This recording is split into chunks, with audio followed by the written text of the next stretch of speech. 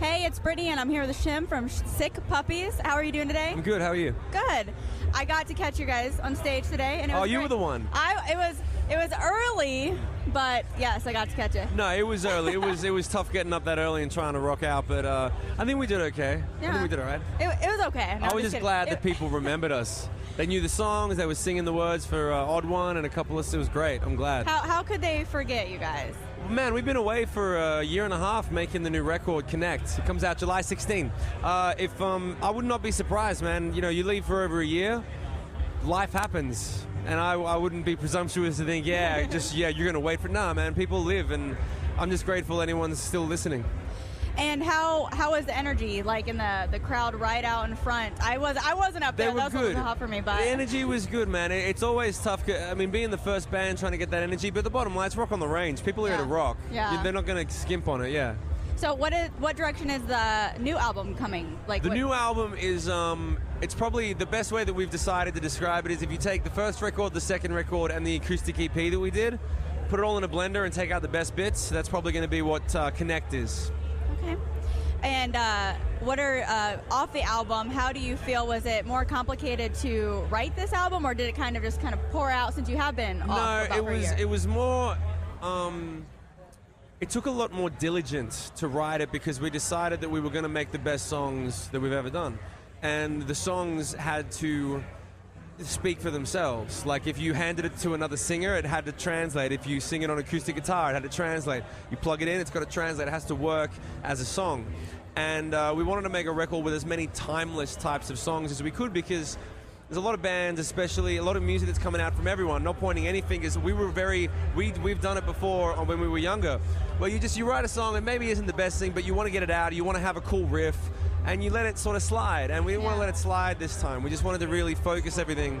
We went on to sickpuppiesworldcrew.com, which is our dedicated fan site, and we asked them, what do you want to hear more of? What do we suck at? What do we need to do better? And they were very honest with us, and they affirmed the direction that we already wanted to go, and they gave us permission and support to do it. And that was why we took the extra time, but at the same time, it is a risk to go away for that long because it's the internet, everyone's living fast, man. It's very fickle now, so you got to be careful, but a lot of bands, I think, are putting more emphasis on young bands especially. And a lot of people ask, like, hey, advice for young bands. Some people say, hey, practice more, or do this or that. I'm like, man, focus on writing your songs and being a really good band and let the promotional side come a close second. Because a lot of bands promote more than they really work. And that just means your music's going to get worse and worse. We need to be focusing on songs. Which would be why you guys took a break. We needed to. I mean, it's easy to write a song. It's really hard to write a great song. It really takes time and energy and diligence and going back and putting your ego aside and trying to make people feel something, trying to connect with people. And how do you like that when fans ask you? Do you like them to ask you what your song means to you, or do you kind of like them to kind of take it for themselves? I like it for both. I like it when I prefer if someone asks me. When someone asks me, hey, what does this song mean? I say, well, what do you think it means? You tell me. And most of the time, the answer is very different to what I think.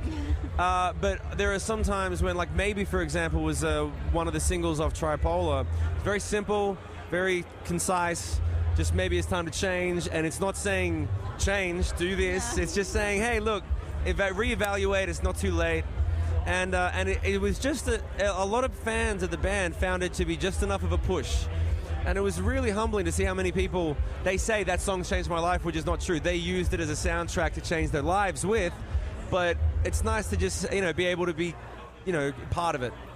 That makes sense. Is there a motto that you try to live day to day that you tell yourself that kind of helps you get through touring and everything? I've recently started saying everything's going to be okay. Because life gets bigger as time goes on, man, and it gets overwhelming.